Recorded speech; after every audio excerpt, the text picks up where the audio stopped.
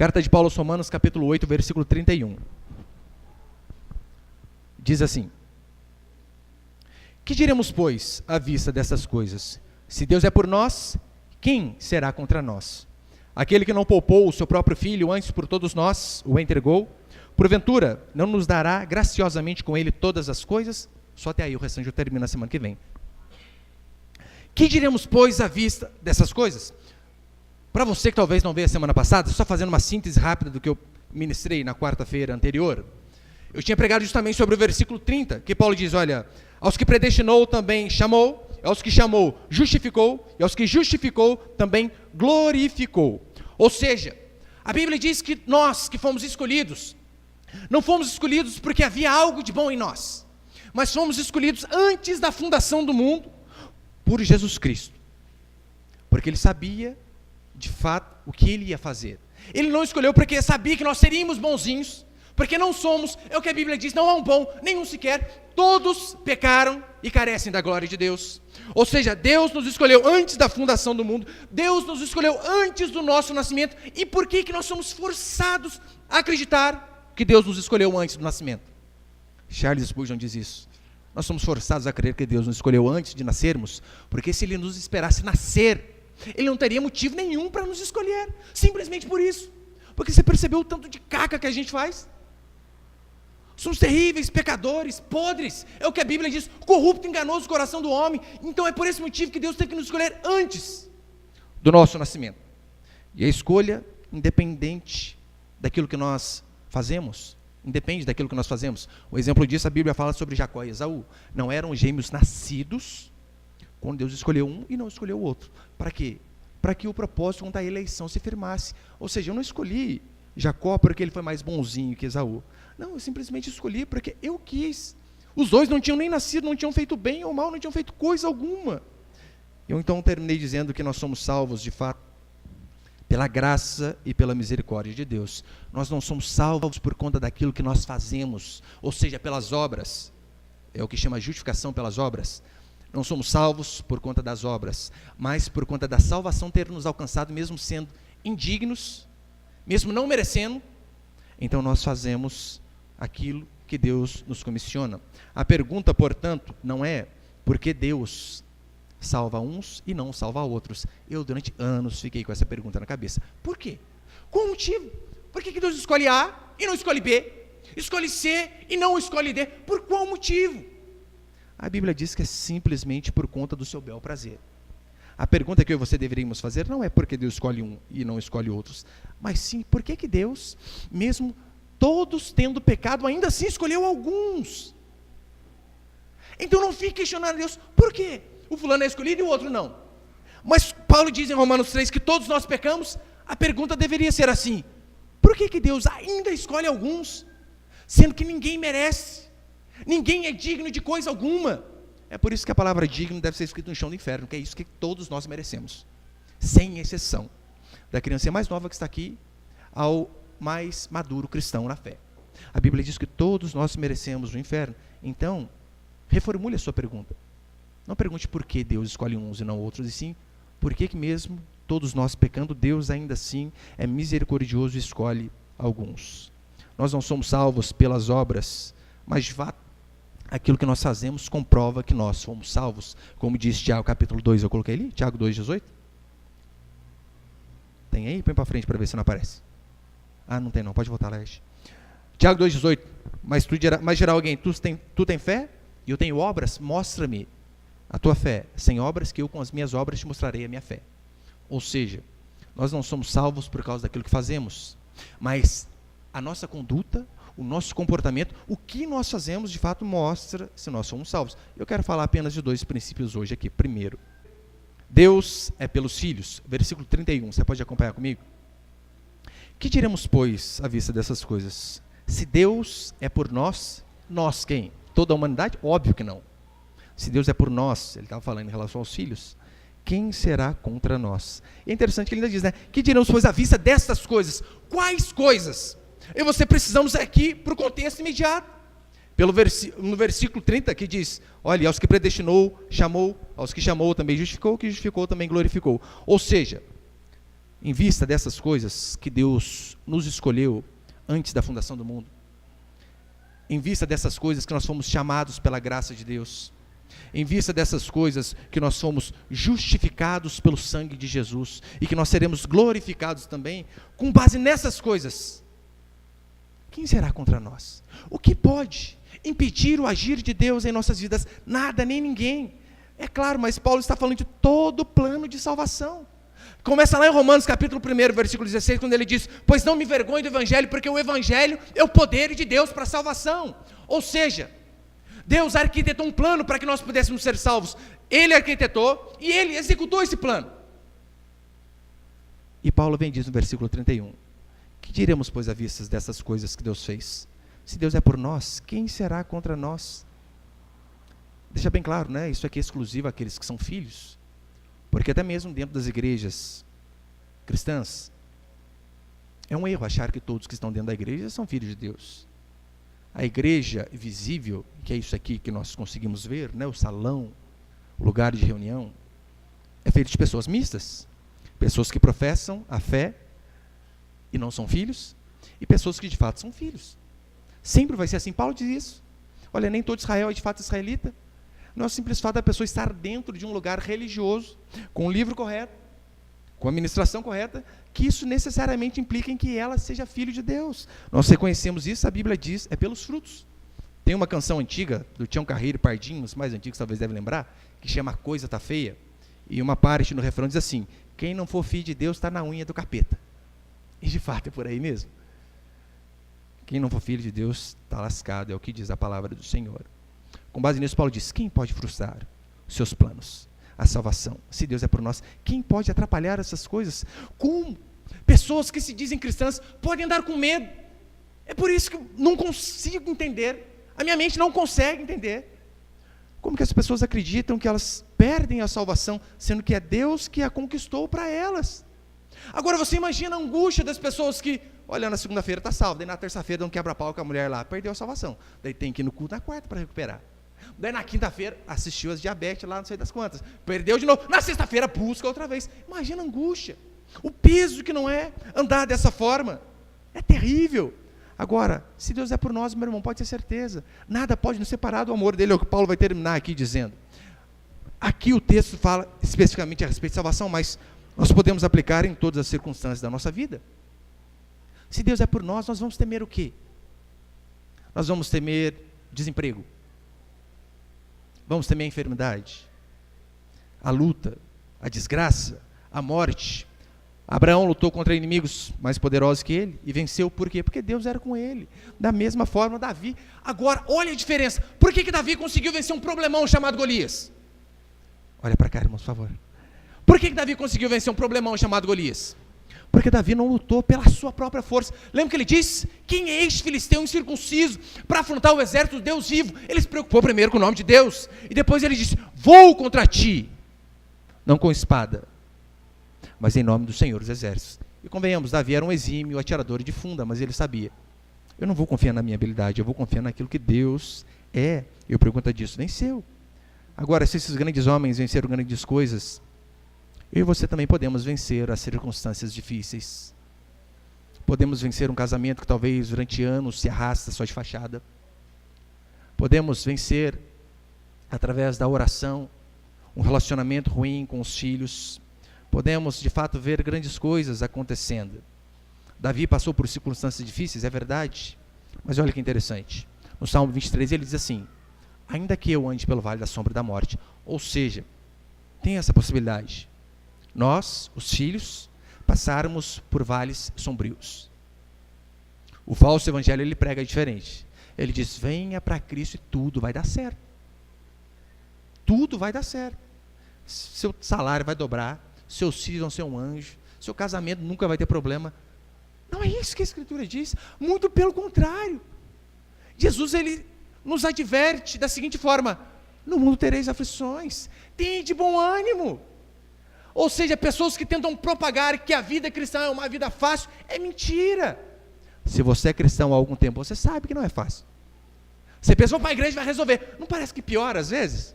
E, nossa, mas estava tudo bem. Ou eu vim para a igreja e fiquei desempregado. Ir para a igreja, a mulher foi embora. Eu já vi pessoas contando para mim, pô, eu fui para a igreja, fulano me largou. Casamento, sei quantos anos, sumiu, dito cujo. As coisas acontecem. Você está falando, fala Deus. A Bíblia não diz que nós não passaremos dificuldade, mas diz que ainda que nós venhamos andar pelo vale da sombra da morte, a presença do Senhor é constante. Podemos sim andar pelo vale sombrio, mas eu e você jamais andaremos pelo vale da ausência da presença do nosso Deus. Essa é a promessa. Ainda que seja difícil, o Senhor estará conosco. E Paulo é um exemplo disso. Paulo passou fome e teve fartura. Paulo, ele soube ser honrado, mas também soube ser humilhado. E Paulo morreu literalmente sem cabeça, mas com aquela convicção de que as pessoas podem arrancar a minha cabeça, mas a minha fé e a minha salvação ninguém pode tirar. É por isso que no final da sua vida, ele diz, combati o bom combate, completei a carreira, guardei a fé. Ou seja, bens materiais, o que Paulo tinha? A Escritura diz que ele tinha um pergaminho, que era a Bíblia, alguns livros e uma capa. Pela teologia da prosperidade, Paulo estaria em pecado hoje. Não é assim que o povo mede? Hoje em dia, o que é ser crente? Ser crente é ser rico. Está quebrado, pecado. É por conta disso. Se é pobre, se é quebrado, é porque tem pecado. Mas não é nisso que nós medimos. Davi sim terminou com muito dinheiro no bolso, saúde para dar e vender.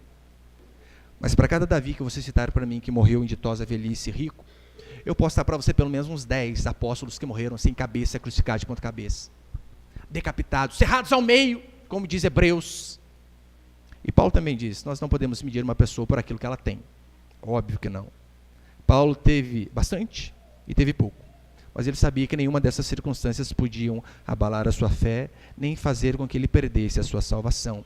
Portanto, meu irmão, se há uma doutrina que eu e você devemos nos agarrar com toda a nossa força, é a doutrina da certeza da salvação, da perseverança final dos santos, que é um dos pontos do calvinismo, que é da justificação pela fé, que nós obtemos a nossa salvação não por conta do que nós fazemos, mas por conta daquilo que Cristo fez. E Paulo diz em Filipenses 1,6, acho que tem ali, estou plenamente certo que aquele que começou a boa obra em nós é fiel para completá-la até o dia de Cristo Jesus. Calma aí, quem que começou a obra? Deus começou. Se Deus começou, Ele termina. Você percebeu que não é assim? Olha, Deus estendeu a mão e eu segurei na mão dele. Não, não é, meu irmão, você estava arrebentado, jogado às traças, assim como todos nós. Deus começou a obra, e se Ele começou, Ele é fiel para terminar, você pode ficar em paz. Ainda bem que não só a conquista da nossa salvação, mas a permanência dela também depende do Senhor. Porque convenhamos, se o bem mais precioso que eu e você podemos ter, que é a salvação, se nós ganhássemos, assim como ganhamos, mas se Deus falasse assim, olha, agora eu te dei isso aqui, agora você cuida, eu tenho certeza, todos aqui já tinham trocado a salvação por outra coisa. Cerveja, cigarro, bebida, droga, prazeres, mulher, dinheiro, sexo. Com certeza. Todos nós. É por isso que, se eu não me engano, John Bunyan, ele conta uma ilustração que ele teve um sonho, onde um anjo apareceu no navio para ele e deu para ele um diamante preciosíssimo. Ele disse, olha, isso aqui é a coisa mais preciosa que você vai ter na vida. Guarda. E então, assim que o anjo se retirou, e ele começou a ouvir as pessoas dizendo, esse diamante aí não é muito verdadeiro não, hein? Eu acho que é meio xing-ling lá de Aparecida esse negócio. Eu acho que não tem tanto valor assim não.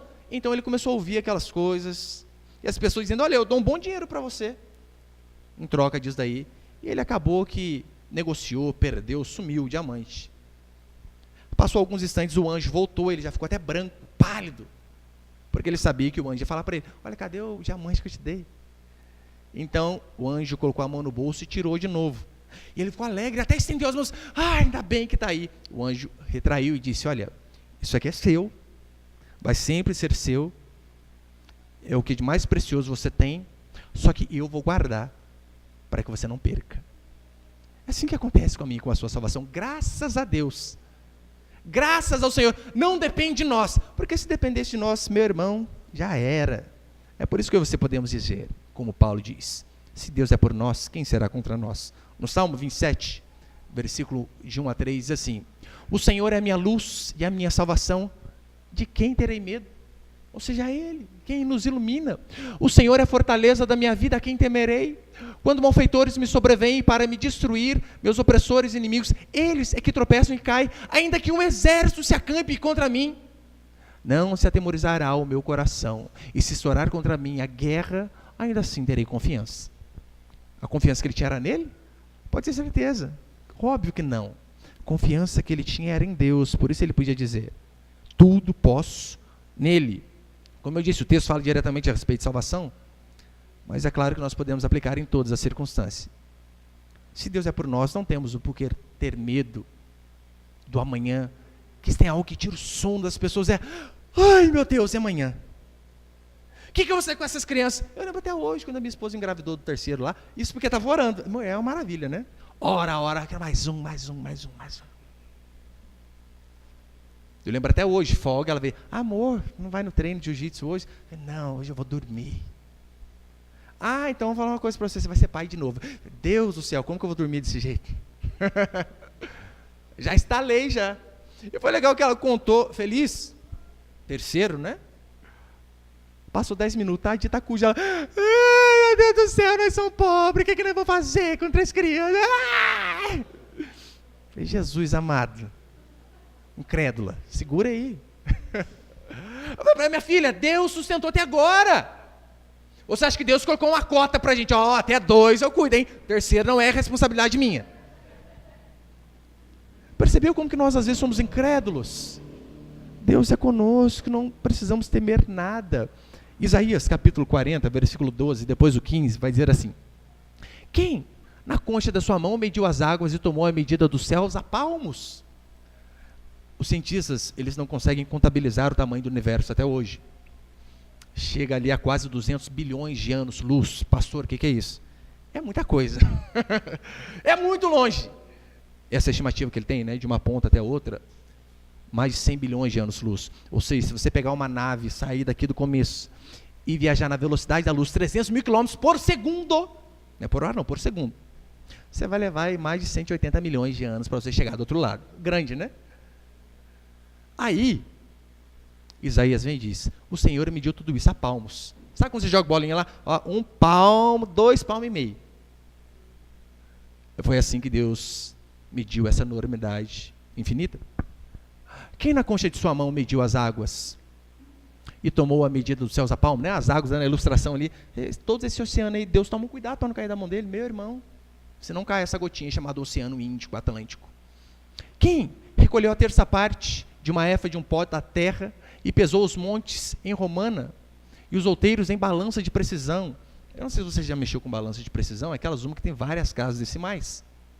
Aí Isaías vem e diz, olha, sabe o Everest que vocês acham que é muita coisa? Rapaz, que lá para Deus é uma poeira. Se tomar cuidado, não consegue nem contar o peso daquilo lá. É isso que ele está dizendo. Depois do versículo 15, eis que as nações são consideradas por ele como um pingo que cai do balde e como um grão de pó na balança. As ilhas são como pó fino que se levanta. Ou seja, todas as nações para Deus é aquela gotinha que você cai, derruba do balde quando você está levando para colocar roupa no varal.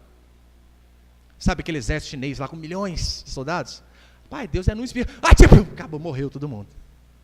É isso que ele está dizendo. Em vista dessas coisas, vamos ter medo do quê, meu Deus do céu? Vamos temer o quê, sabendo que um Deus desse tamanho é do nosso lado?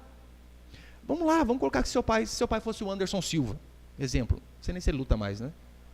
Daí tem um moleque que chega na primeira aula e fala para você, vou te arrebentar lá fora. Isso é terrível, né? Oh Deus. Porque você fala na primeira aula, você fica 5 aulas lembrando, você vai apanhar. Chega e bate no final, é mais tranquilo. Você não fica ali angustiado. Agora, se o seu pai é um lutador desse, forte, você vai ter medo? Sabendo que ele vem buscar você. Rapaz, meu pai dá um voador que derruba uns 3 na tacada só. E é claro, isso é pífio comparado com o tamanho do nosso Deus. É por isso que eu e você não temos que temer coisa alguma. Os nossos inimigos, diz a Escritura, são como gafanhotos. Se você duvida, olha para a história. Impérios aparentemente indestrutíveis, todos sem exceção ruíram. O Império Egípcio, Medo-Persa, o Império Romano, Hitler, todos eles foram embora. E o povo de Deus, você percebeu que tem permanecido? E o povo de Deus, que eu digo em primeiro lugar, o povo de Deus natural mesmo, o Israel escolhido. Meu irmão, Israel é um ovinho desse tamanho aqui, ó, minúsculo. Muitas nações detestam Israel. Tem até um nome para isso, antissemitismo. Pessoas que detestam os judeus. Por várias vezes, se você lê o Antigo Testamento, quase acabou todo mundo. Mas você percebeu que esse povinho está lá. E o povo próspero vai ajudar até o Brasil a dessalinizar a água do oceano. Oh, maravilha, hein? Isso é bênção.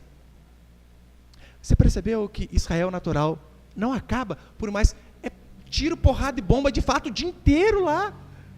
Faixa de Gaza, só guerra. Mas Israel permanece. E se quanto ao Israel natural eles permanecem de pé, quanto mais nós que somos igreja de Deus, o Israel espiritual, pode ter certeza, nada nem ninguém pode impedir os propósitos de Deus em nossas vidas. Ninguém pode intervir, entrar no meio de Deus para que o plano de Deus não se concretize. E segundo e último princípio para encerrar. Segundo princípio, a morte de Jesus não foi um acidente. Versículo 32, acompanha comigo. Aquele que não poupou, guarde essa frase. Aquele que não poupou o seu próprio filho, antes por todos nós o entregou, porventura não nos dará graciosamente com ele todas as coisas? Paulo aqui, ele parte do princípio do maior para o menor. Ele começa dizendo, olha, Deus deu o que ele tinha de mais precioso. Ele não poupou o seu próprio filho. Você acha que ele seria incapaz de deixar que algum de nós escorregasse de suas mãos? Se você já saiu com criança, você sabe, às vezes é terrível. Você vai em um lugar movimentado lá, você dá a mão para o menino. É uma piscada, você dá, plup, acabou, sumiu. Não temos essa possibilidade em relação a Deus. Como pessoas podem achar que Deus, em sua soberania e sua força, pode deixar que algum de seus filhos escorreguem de seus dedos e vá embora? Óbvio que não. E é interessante que Paulo diz que Deus não poupou, ou seja, foi o próprio Deus que de fato matou a Jesus Cristo. É por isso que alguns chamam de Sexta-feira Santa, nós preferimos chamar de Sexta-feira da Paixão, porque naquela sexta-feira de fato se cumpriu isso aqui que Paulo disse. Deus, ele não poupou o seu filho.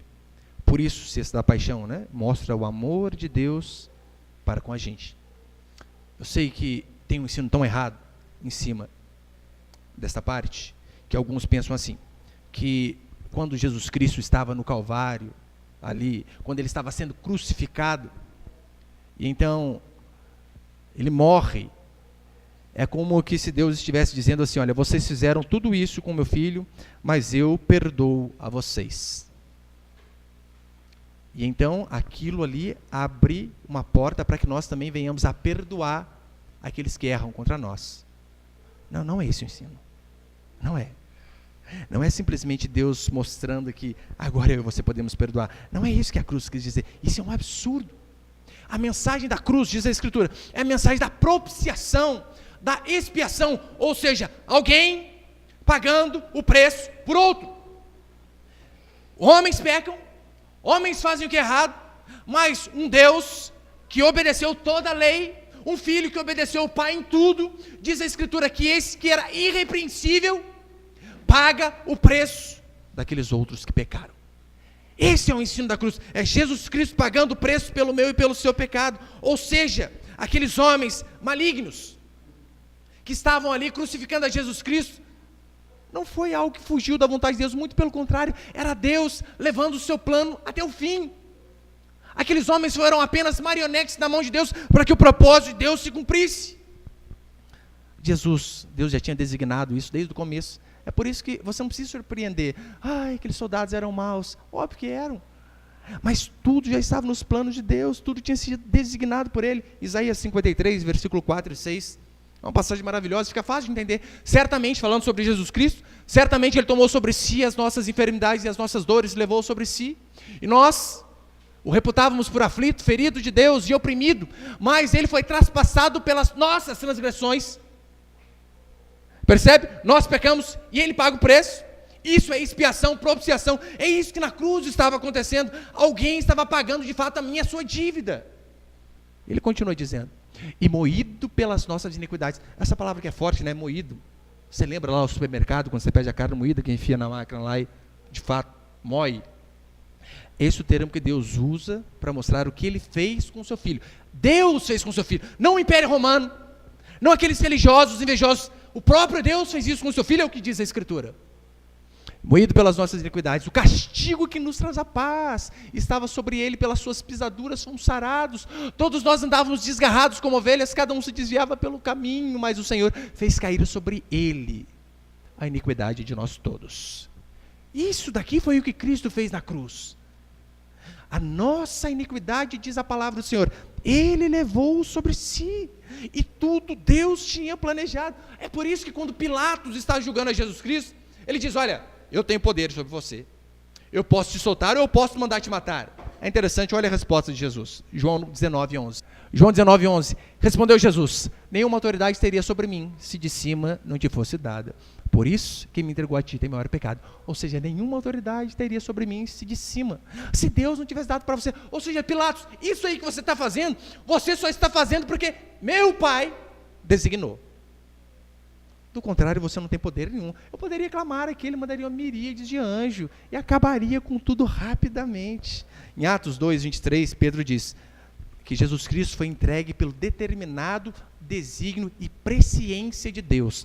Ou seja, pensado antes e pelo determinado desígnio. Então, aqueles homens que executaram a Jesus Cristo, eles estavam apenas executando o plano do Criador. Paulo diz em 2 Coríntios 5:21, aquele que não conheceu o pecado, ele o fez pecado por nós, para que nele fôssemos feitos justiça de Deus. Ou seja, aquele único que não conheceu o pecado, diz a Escritura, foi feito pecado em nosso lugar, para que nele, apenas nele, fôssemos feitos justiça de Deus. Portanto, a cruz não foi um acidente, não foi resultado de cegueira espiritual, não foi resultado de ciúme nem inveja daqueles religiosos. A cruz foi apenas o cumprimento da vontade de Deus. E é por isso que Paulo diz: Deus não poupou. Além de não poupar, entregou o seu próprio Filho a todo sofrimento, a toda agonia, para que o nosso pecado pudesse ser pago. Paulo também diz: o escrito de dívida que era contra nós, ou seja, nós tínhamos um débito, um negativo. O escrito de dívidas que era contra nós, Deus removeu, Jesus Cristo removeu, encravando na cruz. Ou seja, os nossos pecados, que precisavam ser quitados, porque essa é a lei. Aquele que pecou, morre. Para que nós pudéssemos estar aqui, para que nós pudéssemos um dia habitar com o Senhor no céu, só tinha uma forma: obedecermos toda a lei. E diz a Escritura que nós não obedecemos. Você não obedeceu, eu não obedeci, ninguém obedeceu. Mas Jesus Cristo vem, cumpre a lei em nosso lugar, para que nele nós fôssemos feitos justiça de Deus. Ou seja, todo o sofrimento intenso, toda a agonia. Lembra no Getsemane, quando Jesus suou sangue? E aquilo não é milagre. Aquilo é um efeito físico, pode acontecer comigo e com você. Chama hematidrose, se eu não me engano. Tamanho grau de tensão que uma pessoa passa, ela pode de fato transpirar sangue. Para você ver a agonia que Jesus Cristo estava passando.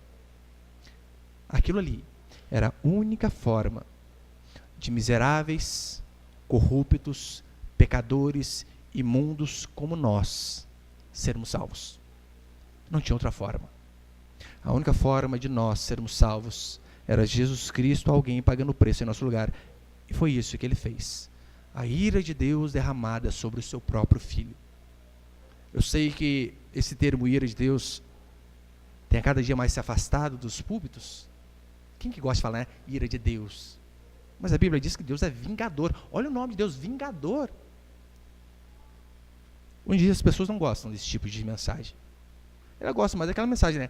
Venha e tudo que você perdeu, Deus vai restituir em dobro. Não é isso? Não interessa como esteja a sua vida. Ah, bate na mulher cedo, à tarde e à noite. Não tem problema, Deus vai te dar.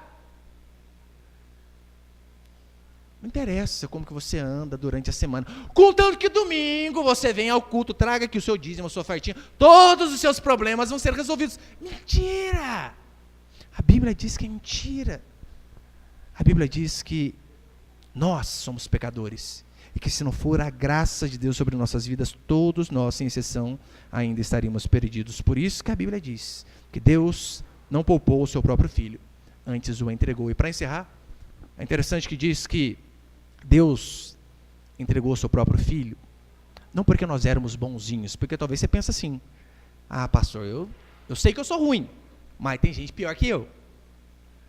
Eu sei que eu sou mau, mas o fulano, puxa vida, eu poderia estar também matando, roubando, prostituindo, mas estou aqui, aleluia. E você pensa que você, comparado com o seu vizinho, com aquele maconheiro do seu bairro, com o traficante, você pensa que você é uma boa pessoa. Meu irmão, você é pior que ele. É o que a Bíblia diz, Deus escolheu os que não são. É porque de forma externa você até, né? Eu sou legalzinho, puxa vida, né? Eu ponho roupinha de ver Deus, eu venho para o culto, levanto a mão, glória a Deus e aleluia. Mas a Bíblia diz que um pecado apenas é o suficiente para que nós fôssemos condenados. E todos nós pecamos, sem exceção. Em Romanos 5, Paulo diz assim, mas Deus prova o seu próprio amor para conosco pelo fato de ter Cristo morrido por nós, sendo nós ainda pecadores. Ou seja, Deus não morreu por nós, Jesus Cristo não morreu por nós quando éramos bonzinhos, mas justamente quando éramos pecadores. E a pergunta é, olha, se Deus nos amou, mesmo nós sendo maus, se Deus não poupou o seu próprio filho, antes por todos nós o entregou, por que agora ele não nos amaria, já que somos filhos? Por que agora não teríamos segunda chance? Por que agora a misericórdia dele não seria sobre nós? Justamente agora que somos filhos. Pastor, mas e se pecarmos? E se cairmos? Meu irmão, Deus pegou você no fundo do poço, na lama, lá no volume morto, e arrancou você de lá. Ele não pode restaurar os seus tropeços?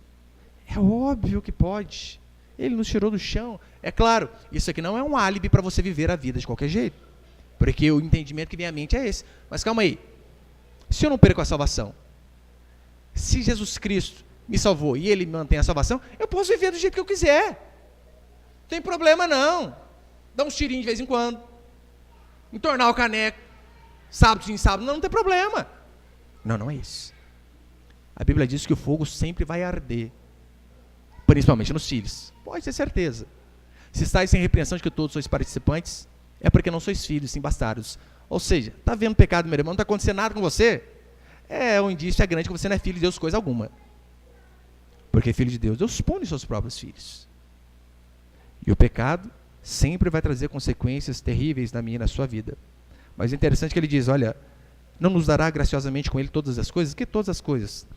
Todas as coisas necessárias para que nós venhamos a nos manter no caminho do Senhor pela graça de Jesus Cristo. Sim, diante da dificuldade, diante da tentação, ele vai prover força. Diante da dificuldade, ele vai prover sustento. Diante dos problemas, ele vai prover fé para que nós venhamos a suportar, a passar por cima dos problemas.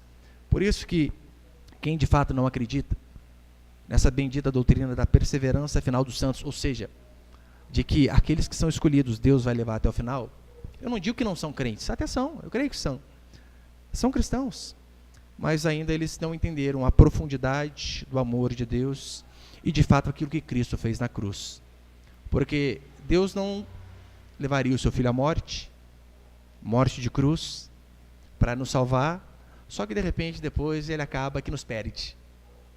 Ou seja, não teria motivo para o seu filho ter morrido. Essa é a certeza que nós temos. Aquele que começou a boa obra em nós, vai completar. Aquele que não poupou o seu próprio filho, não poupou o seu próprio filho. A teu louvor, faz-me, Senhor.